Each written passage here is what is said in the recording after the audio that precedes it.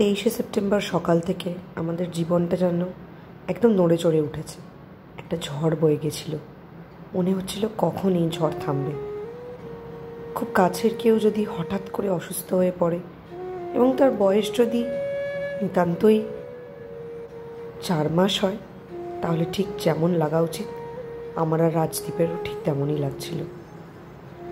তাও মায়ের কাছে সমানে প্রার্থনা করে যাচ্ছিলাম, যেভাবে হোক যেন সে আমাদের বাড়ি ফেরত চলে আসে পুজোর আগে।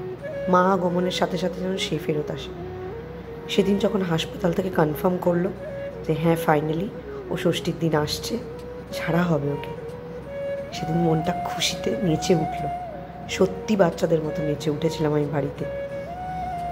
আর খুশি হলে বা মন খুব ডিপ্রেস থাকলে আমার একমাত্র থেরাপি হলো হোম ডেকর করা। আমি ঘর সাজাতে ভালোবাসি।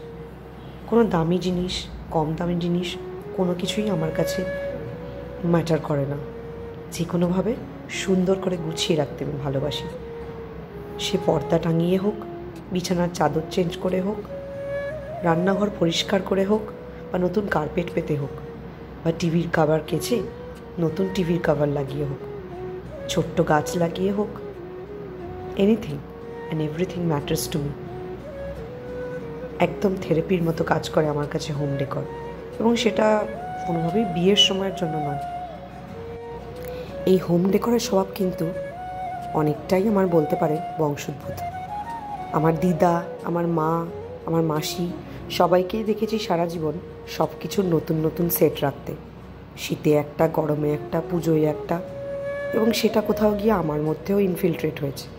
আমার ভালো লাগে পরিষ্কার পরিচ্ছন্ন এবং নতুন জিনিস রাখতে। এক গাদা নতুন কিনে নয়, আমি সারা বছর ধরে একটু একটু একটু করে সব কিনি। এক মাসে তো সম্ভব নয়।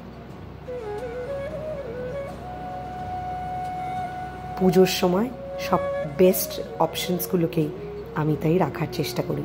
সে গোপালের ড্রেসই হোক, কি গণেশের চাদরই হোক, কি পাগড়ি হোক, কি ঘরের কুশন কাভারটাই হোক, সবচেয়ে বেস্টটা আমি দেওয়ার চেষ্টা করি। এদিকে ষষ্ঠীর দিন সন্ধেবেলা হয়ে গেল মায়ের চক্ষুদান। আপনারা সবাই ভালো থাকবেন। কিছু ভালো লাগলে প্লিজ জানাবেন কমেন্টে। শুভ শারদিয়া।